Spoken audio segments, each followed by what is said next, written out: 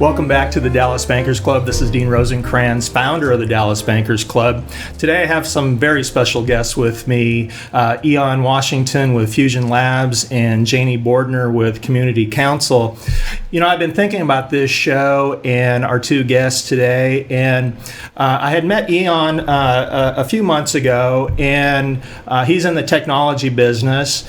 And surrounding the particular industry of technology and companies that have ERP systems, CRM systems, and HCA systems. And when is it time to replace these particular programs? And how does that really fall into the banking world? Within the Dallas Bankers Club, our topics are typically around banking. And so we had struck up a conversation and really thought it would be good to have him on the show. One of his core products, though, is a product called GE Spectrum, which helps nonprofits with grant writing. And so in combination with his particular interview, I wanted to bring in the CEO of Community Council, Janie Bordner, and have a general discussion around grant writing and how they particularly go about the process of receiving grants. So, guys, welcome to the show. Hey. Thank you so much. Thanks for having us. Ian, I want to start with you on Fusion Labs. Mm-hmm. Tell me about Fusion Labs and particularly the core products of grant writing, and then tell me a broader perspective of Fusion Labs as well, because you're not just grant writing. I don't want to paint Fusion Labs into a box. No. And Fusion Labs was started in 2001 by some technologists. They were working on server-based solutions for the government, multinationals. Mm-hmm. And I think at the end of the day, the guys decided to move over into the nonprofit space just because they saw a need there. Mm-hmm. Here in Dallas, they were working with a number of organizations, and they started getting questions. Hey, how can we do X? Hey, how can we do Y? Right. And that moved us over into the nonprofit technology space. Mm-hmm. Since then, we've grown up to about 50 people. There's all here in Dallas? Yes. Actually, I take that offices. I take that back. We have 4 guys in Houston, and 1 person in New Mexico. But the majority of the core team for the so in New Mexico, that 1 person makes up the other person that's in New Mexico. Yeah, so there's 1 person in New Mexico. She loves it and has a beautiful place there. And we do enough traveling so that everyone, you can be remote and you can move around a little bit. But over time, we found that there is a need for tech in that nonprofit space. So we're just constantly trying to fill those needs and provide those best practices. Recently we tried to do a calculation in terms of the experience, how much experience we had in the building, and it was a triple-digit number that was really high. Right. The guys looked over and said, "Don't tell anybody else. You're aging us." Right. But we just have there's an amazing staff, and we know this market like the back of our hand. Right. So we just try to be as helpful as possible. Good. Well, Janie, congratulations on the appointment of being the new CEO for Community Council. Thank you. Yeah. Only the second woman in 80 years. That's really good. Well, congratulations. So tell us a little bit about Community Council and the wonderful things that you're doing. The Community Council, like I said, we're celebrating our 80th year next year. We transition people out of poverty. So we really try to move people and change their lives, not just, oh, hey, here's the gas card or whatever, but we really want to transition people out of poverty by helping them get an education or a living wage job. So that's what we do. Now we're getting into the affordable housing spectrum, because really, I can have a job, but if I don't have where to live, it's just not going to work. Right. And so congratulations to you, because you were just appointed yesterday as Vice President of our Community Development Financial Institution, the Advance Fund. Yeah. And you guys are really working on some affordable and workforce housing. That's right. And I think from the standpoint of, I'm honored to be on the board and Vice Chair of that particular fund. But that's a whole nother topic that I want to talk to you. So stay tuned for another episode on Community Council and the wonderful things that we're doing in Dallas as it relates to affordable housing and CRA. So Eon, from the standpoint of technology and companies, as a banker, I look to companies that in the middle market and corporate space that have a certain level of technology and ability to provide the reporting that I need. Data. We all want data. Yeah, reports. Absolutely. Reports, right? Accounting reports, AR reporting, AP agings, inventory agings, things like that. Sometimes companies don't have that ability. They're using, surprisingly, maybe an older technology, and they're in the 21st century here, but they purchased that technology in the 90s. Maybe it still works, some green screen stuff out in the warehouse. Yeah. But when is it time to replace this stuff? When do they call you? I always look at it from two places. From a best practice standpoint, talking about it from a nonprofit standpoint, a lot of times you're looking at somewhere between 7 to 8 years. And that's from a best practice standpoint. That's the theoretical piece of it. The reality of it is you'll be in a system anywhere from 10 to 15 years. I always say it's time to replace your system when it's no longer helping you, and you have to apply resources to getting a report. So you have two people doing something that really should be one, or really a half a person, looking at it from that perspective. So from a software aspect of it, it's when you start bulging at the seams, is what I like to say. When you have a spreadsheet that monitors the spreadsheet, that recons for the other spreadsheet, that creates the report. At that point, you start thinking about it and saying, okay, how can we do this better? Right. And you start looking at other solutions. And that's really where you start to identify the pinch points, as I call it. Yeah. And, you have a lot of organizations, a lot of companies, there are mountains of spreadsheets. Just because you want to answer questions for your stakeholders, your customers, your constituents. Sure. You have to address what's going on in-house. And that's where solutions like mine, so you have GE Spectrum, for example. It's a system that manages grants. You have some organizations that will use Word, and they're shuffling Word documents back and forth. Sure. They get a RFP for a grant and maybe a donor or something along those lines. And there's that, you're shuffling this Word document, this Excel spreadsheet. And granted, that may work. And usually it's accurate because you've now had this system so long that you know it like the back of your hand. Sure. But is that the best way to truly be working within that process? Sure. So for us, we integrate through multiple systems. We sit on top of an accounting solution. We're partners with Blackbaud, who you may know, and as you said, the Cadillac. That's right. And it's one of those cases where I'd like to say, we run parallel to the Cadillac out there. And the goal is really to make an organization more efficient. Sure. And that's where you start to get into business processes. And I always say it starts when you check your mail in the morning. And let's say there's a check in there, hopefully. What happens? Sure. Down to the report. So you're reporting to your CEO or your constituents. What's that workflow? Right. What happens? What does that look like? And then that will dictate your processes and the systems you'll use. So Janie, and from that perspective, as CEO of a not-for-profit, do you help me understand, because I've never written a grant, right? When you do a grant, what is your goal for the grant? I mean, are these government agencies that you're writing to get a grant? There's money out there, and you just have to put something together to get it? Explain that process to somebody that's never done it. Well, we're unique because we are 97% grant funded. And so most of our grant comes from federal government, passed through to the state, some county, and some city. So the challenge with those kind of grants are that they have very specific outcomes you have to measure, and not all of them measure the same outcome. So for a particular 6-month period, I need to have reports that will match all 4 of those. But and right now we don't have a grant management system, and we need one because we waste a lot of people time on how can I run this report, how can I have this report talk to another report, that kind of thing. Sure.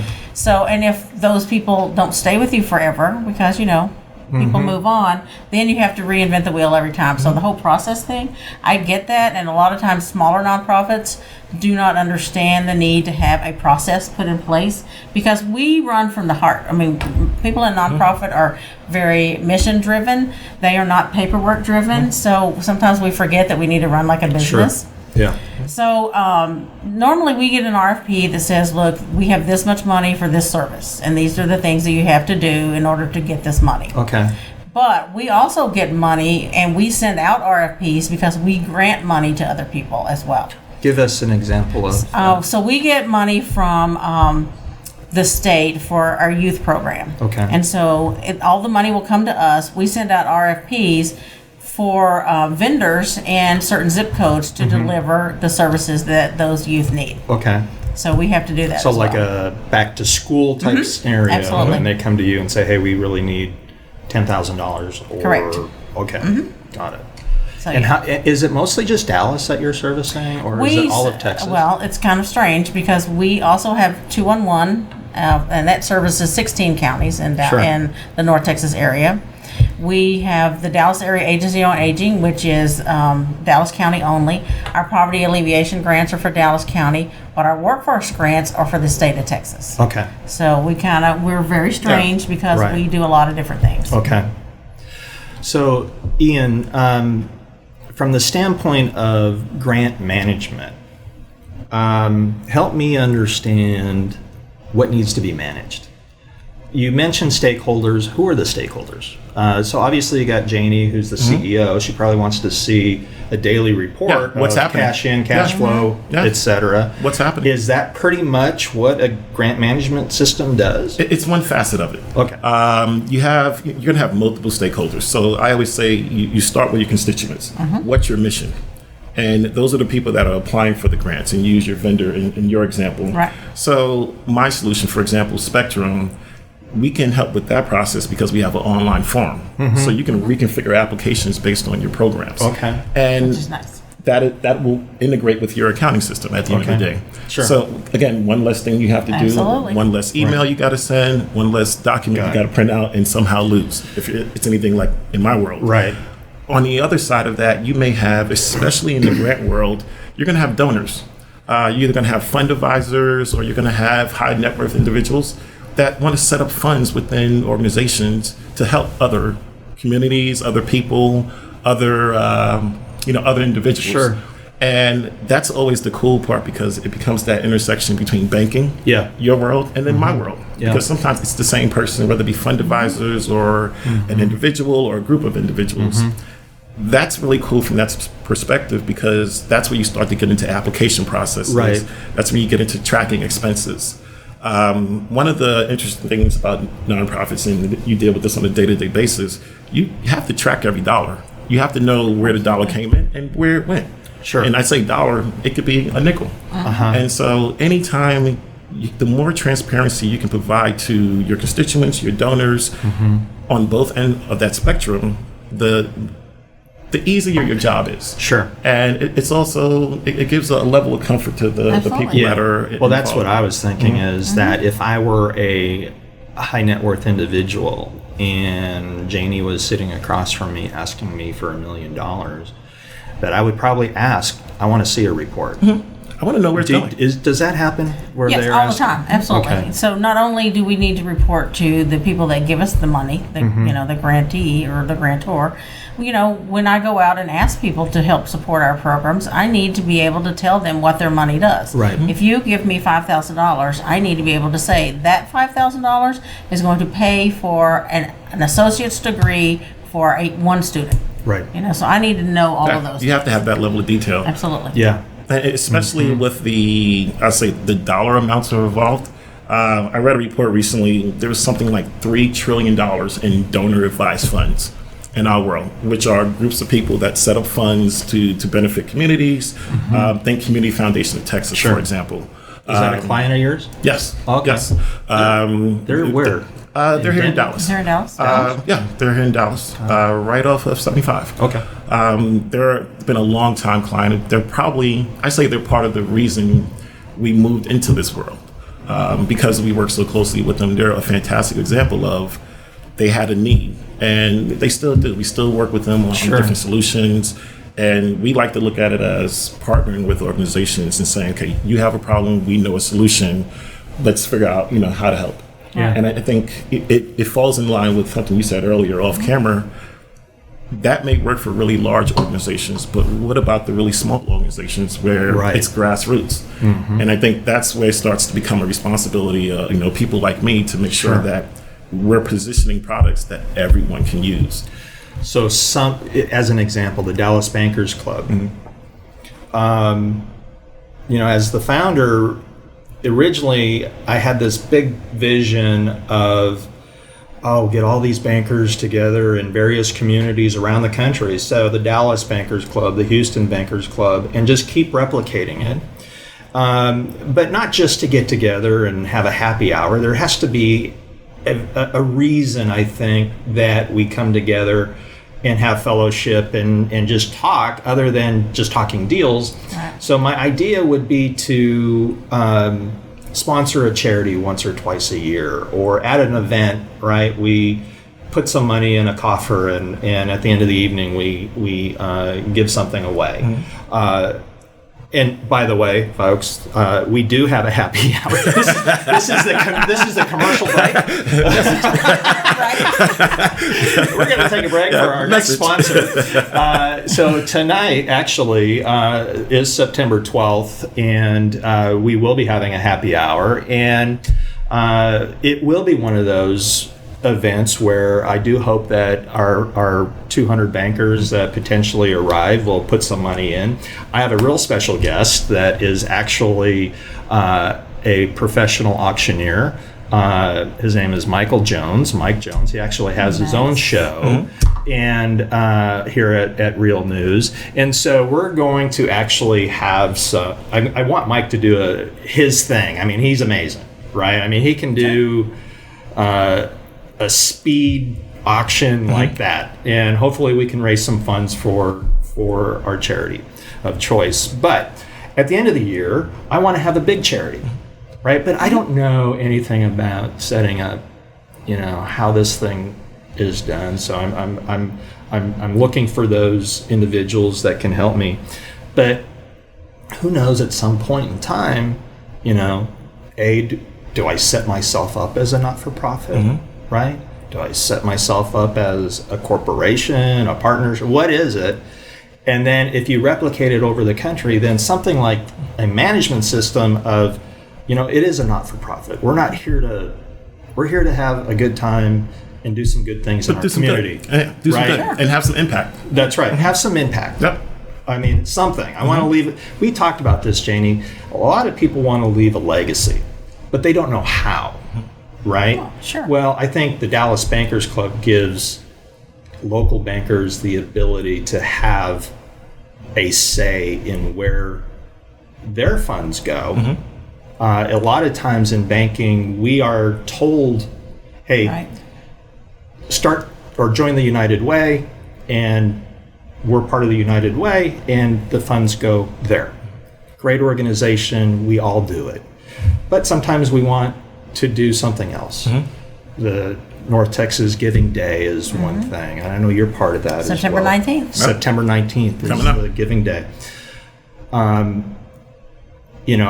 For those that are watching, September 19th is North Texas Giving Day, so please get online. Get up and give. Give up. That's right. So anyway, there's a lot of people out there that need help, and you're the type that in the technology space, the thing that really intrigued me on your website was mobile applications. Now, how does that, or could that, tie into a not-for-profit? Now, is that an app? Absolutely. That you can develop an app and just say, okay, this is Community Council's app, and hit donor pay? No, absolutely. You think about it from a standpoint of a couple places. One, from a donation standpoint. I think we've moved away from apps to a point now. It's just more mobile websites. So you have the same website that you're going to see on your browser at home. You can see it on your phone or your iPad. Okay. So you have what I'll say, the submit button or donate now button that you always see at the top right hand corner of your screen. Right. extremely important. This giant red button is driving revenue for the organization. It's driving gifts. Yeah. But the other side of that is there's also technology behind it that's going to interface with your CRM system. It's going to may interface with your accounting system from a vendor standpoint. So you're tracking information. Got it. You have that perspective, and then on the other side, you may have the grant applications. So when you look at it from that dynamic, you want to be everywhere you may possibly be, airport, home, car, wherever you have Wi-Fi, you want to be able to transact with an organization of choice. And I think that's the access. Access is the key to really just, being contemporary. Right. I always say people will think that a nonprofit is so much more different than a for-profit. And I think there's some aspects of it, but both have a mission. Right. I always say the difference is usually what happens to the bottom line number. And a nonprofit will have net assets, and they're going to cycle it back through the organization, and the organization is going to grow. Right. Where a for-profit may have, it's a profit line item, and that's going to the stakeholders.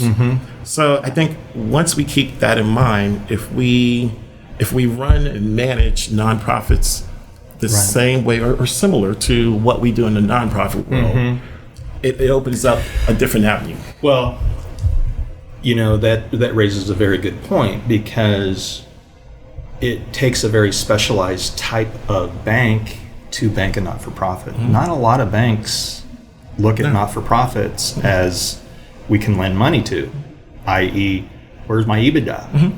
Where's my debt service coverage? How do I get paid back? You're a not-for-profit. Right.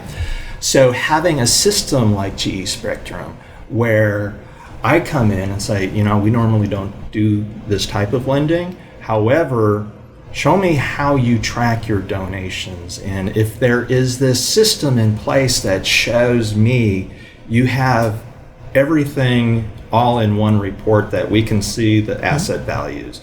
We know what are the restricted assets in this particular organization. Exactly. Right. I mean, I have seen some not-for-profits that have accounts receivable, right? Yeah. Well, then that's different. There's something I can lend on from a margined asset perspective. But when there's restrictions, I have to peel that out. And you have to peel, what we call the spendable. What's allowed. And, years ago when I started in this world, how I kept it aligned in my head, you think about what the donor wanted you to do. Right. Somebody may say, go buy 1,000 doors and, execute that. Or they may say, go buy 1,000 doors and then keep the rest of the cash. Or they say, buy whatever you want, your unrestricted amounts. And I think from a banking perspective, if you have visibility into that, you can lend to a certain core or a certain channel. So that's probably your unrestricted number. I think we start to, if we look at nonprofits and analyze them and go through, charting the same way we do a for-profit business, what you notice is they're very similar. Yep. You may have some different line items on your income statements, but there's a need for technology. Yeah. Because that technology is going to make you more efficient. Sure. And ultimately, that's driving your mission. So I think if we look at them the same way, it starts to shift your dynamics as it relates to technology, because it's really not an expense anymore. It's a necessity. It's driving your business. Right. So I think once driving value. Yeah, exactly. Right. So if you look at just technology in general, starting at websites all the way up to your ERP systems, your grant management systems like ours, what you find is you're going to have two places where you've unlocked some value. One, in the time it's taking you. If you were to calculate what's the man hour, and what's the opportunity cost of that person being able to do something else. And then on the other side, are you saving money on servers? And it takes us into a cloud conversation. Yeah. Which then gives you access to everything everywhere. I would think, though, it keeps going. The conversation is we talked about this, that once you uncover one thing, it opens up 10 other things that need, and as an example, whenever somebody changes their ERP system or accounting system, well, if they're running add-ons that are old from another third party, well, those now need to be updated. So it just keeps going and going and going. So Janie, as far as running a not-for-profit versus a for-profit, give me some unique perspectives about the differences between how you run your organization from an accounting and banking and all these things that one would see in a for-profit situation.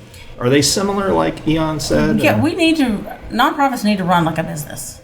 So I know in our nonprofit, we're sort of mid to large because we have an $18 million budget, so that's a good thing.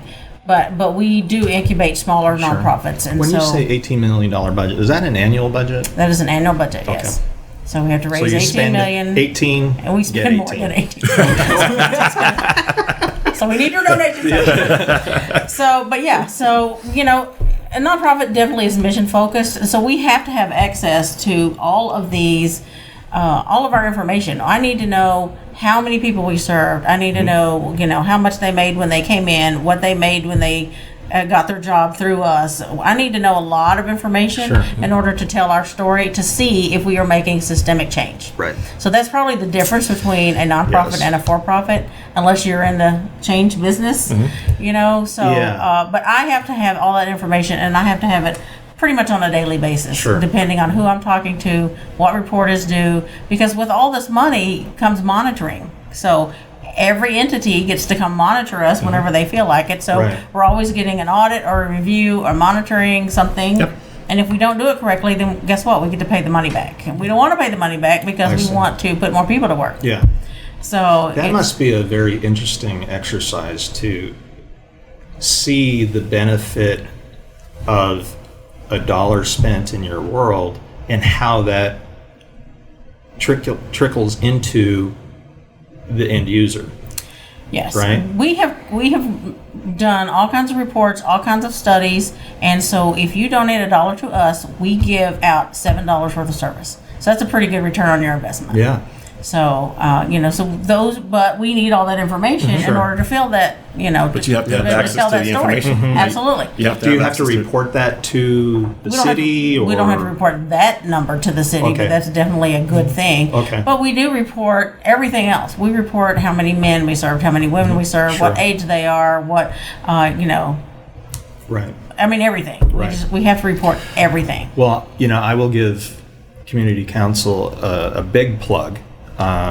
So it's a personal story that happened recently where my mother-in-law goes in for a knee replacement, and she's 84 years old. But before they operate on the knee, they want a EKG done on the heart. Well, she has 3 blocked arteries, and instead of going in for a knee replacement, she has open heart surgery. She lives on her own, Social Security, makes less than $1,000 a month, so she has to pay her rent in an affordable housing area. We're talking Medicare, we're talking the supplement as far as that is concerned. And I had reached out to Janie, who put me in touch with an outreach person, Doris. And there are a lot of programs out there for the aged. I was totally shocked that, even though they kicked her out of rehab, we didn't want her to be kicked out of rehab. We wanted her to stay there. But Medicare said, no, it's time to go, and put her in home.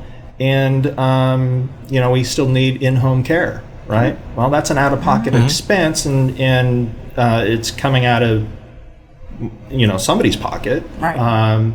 And so we were able to find some resources through your program. So I would say, to those that are watching, if you do have aged parents and you're going through struggles, and you need options, this is a great resource. Community Council is a great resource just to even ask questions about Medicare or Medicaid. Exactly, just information. Well, we run 211, so that means if you need anything, if you need rental assistance, if you need assistance with anything, you need to call us. We're there 24 hours a day, 7 days a week, and we will, if we do not directly have the service, then we will point you in the direction of getting that service. That's what we do. Well, guys, I was going to ask you, Ian, not to put you on the spot, but you're from Chicago? No, I'm originally from New York. New York? Yes. So close. Yeah. So close. So it's a big city. Yeah, New York. It's another big city. So I'm originally from New York another City. city. So how you liking Dallas? Love it. It's been funny because people ask me that all the time. You're like, you're from New York. Dallas. Tell me more. And it's awesome because Dallas embraces me. And it's just, I feel like, I got a hat and I got a belt and I'm working on a pair of boots. Right now. But I can say that from the standpoint of, it's a city that do you have a truck? Not yet. I do. Yeah. You do? Yes. What do you drive? A Tundra. I totally want You one. go Toyota. Yeah. Not a big, not a little, a big. Nice. A big one? Yes.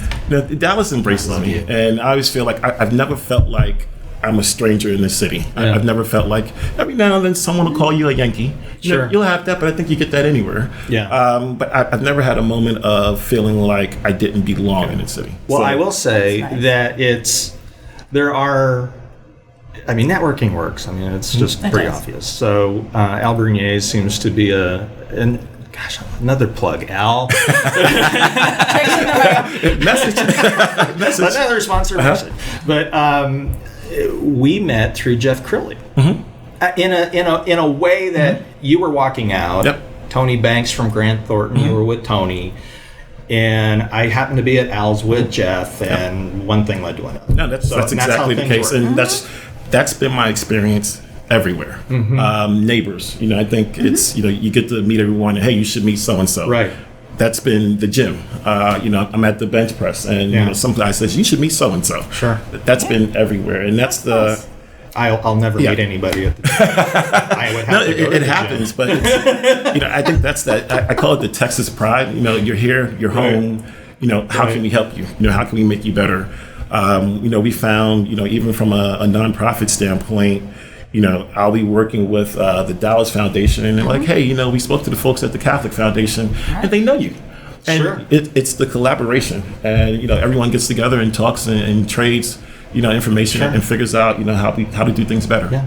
And Janie, now you have an awesome story, and I know that you shared that with a group the other night. But why don't you share that story as well for us and how you've come so far? Okay, so I haven't cried today, so thanks for that. But anyway. Okay. So. Well, you'll make me cry. The abbreviated version is that a few years ago I was in an accident. It was not a car accident. It was just a weird kind of strange other accident, but I suffered a brain injury, and I was in rehab for about 3 years, 2.5 to 3 years. I had to learn how to walk, had to talk, everything totally over again. Couldn't really remember anything prior to being, hit on the head, and so I'm in the hospital. I can't move, I can't speak. I don't even know who my mom is, who's in there. She's hysterical. I have a 4-year-old. Don't even remember any of that. So it was hard. It was hard to start over. My fiance left when I was in the hospital. I'm not going to say I had a great choice in men, so I'm just gonna go there. But anyway, that's a whole other story. So, but I had strong women. I had 4 sisters, and my mom were all there, helping me out. And of course, they've told me lots of stories. I don't think I was as bad as they make me out to be, but that's the story they're telling. So they were implanting memories. So there you go. So fake news into your brain. Anyway, so it was really hard. So I kind of really made it my mission to make it not as hard for people to really, when they go through things, it just shouldn't be that hard. You shouldn't have to feel ashamed if you because I lost my house. I pretty much lived on my sister's couch with my 4-year-old. I mean, it was a bad deal. How long ago was this? Oh, it was almost 20 years now. Okay. So I was referred to a program very similar to our workforce development program here, and I went through some occupational therapy and all that kind of stuff, and I started working at a nonprofit then, and that is my mission, is to change this community. Right. And so we have a show called Community Connect here at the studio, and we're every other Tuesday, and so we talk about how people can get together, make a difference in the community, Right. because really living in poverty in Dallas should not be the way that it is. It really is making me very angry. Right. And what is considered the poverty line right now? well, we work with people that are 125% below poverty level. So if you make about $1,200 a month, then you're considered in poverty. So As a family of 1 or a family of 4? Well, our average person makes about $1,200 for a family of 4, but a family of 1 is $1,200. Okay. But so we try to we work with those middle skill folks. There's a lot of jobs out there, but there's not a lot of training to help people get those jobs. And so if you come to us and you don't have your GED, all the way up to you need a bachelor's degree, we will put you in a job that makes at least $20 an hour or more. So I need for the community to get together and say, look, we've had enough of the way that poverty is in Dallas, and let's do something about it. Yeah. So that's why we had that conversation about, what's your legacy? I've had conversations with other people say, hey, do you want to build another oil well? Or, what do you want on your tombstone? That's right. Hey, I built a whole bunch of oil wells. What do you want to leave behind? Yeah. Or, hey, I want to know that I made a difference. Well, as T. Boone Pickens died yesterday. I know. Yeah. 91. The landscape in Dallas is changing. Yeah. There's a Ross It's amazing. Perot, senior, last month. They have a legacy of They giving. do. Right? It's amazing. And Not just of giving, though, but they wanted change. Right. And so they didn't mind going out there and being a disruptor and saying, look, this is not cool. Let's do something about this. Something different. Let's fix it. And they knew that just throwing a check at it is probably not going to That's right. be the solution. That's right. It seems like organizations like yours that are more efficient at getting that dollar to the user versus, that's one of the things when I receive mail at the mailbox and it's just chock-a-block full of requests. It just seems like that's a very expensive way of marketing that, that you're taking away from the dollar I gave just to give free something. I actually got $1 in the mail. Wow. They had $1. And it's like, okay, so it's $2 for that dollar that you just sent out. What are you doing? There's a marketing idea of sending people money because you're going to get their attention. So you look at it as a cost per piece. Yeah. And I think that's where, people like me, we drive down the cost of marketing. So, email marketing and things along those lines. So you're not necessarily sending a physical piece of paper. Right. Yeah, it's just like with your app. If you know what your donor base is, you can really kind of use all of that information to send things to the right people. So if we have a large number of donors who are elderly and they do not want us to say, text to give, or they still want that letter in the mail. Yeah, that's right. But I shouldn't send that to every donor I have. I should just send it to those guys. That's right. So, and that's where your CRM comes into play. Absolutely. And you're going to tag someone, you're going to say he's, email only, or, she's going to be hard copy. Sure. And there's nothing wrong with that. And you may also reach out to people via social media. Right. You have all these different channels that you want to integrate with your systems internally. Sure. So you definitely have those options. And if you're a small organization, and I was a small organization before I got to the council, if I'm a business development of one, having a system is that's life changing. Gives you an extra hand. Absolutely. Yeah. Gives you an It's extra life hand. changing. There are credit cards out there that do they not allow for the reward programs that they provide to go to a charity of their choice? Do you know? So if we did a community council credit card for you, white label it, and it's a reward program. Every time you swipe, you don't get the rewards, but community council gets the rewards. Have you ever heard of that type of? I would love that. I've seen. You have you have different affinity programs. Bank of America had one a couple years ago.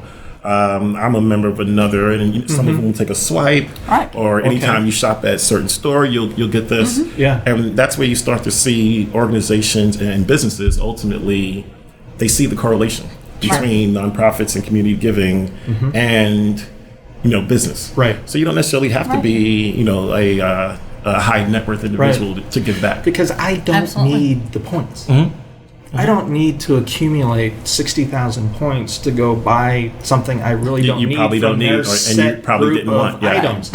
It's just a waste. I would rather have that 60,000 points be monetized some way to give it to somebody, right? Sure. Yeah. And there's got to be more than just me that think that way. So, well, listen, guys, I really appreciate you coming on to the show today. Absolute pleasure. There are probably 3 other shows that we can do on this particular topic, and I hope that you guys do come back and be on the show. You guys can be on our show. So well, there you go. There you go. Not a problem. So, absolutely. Well, Well, there you have it, guys. This is episode number 6 of the Dallas Bankers Club show. Tonight is a happy hour, so we will see everybody there. Cheers.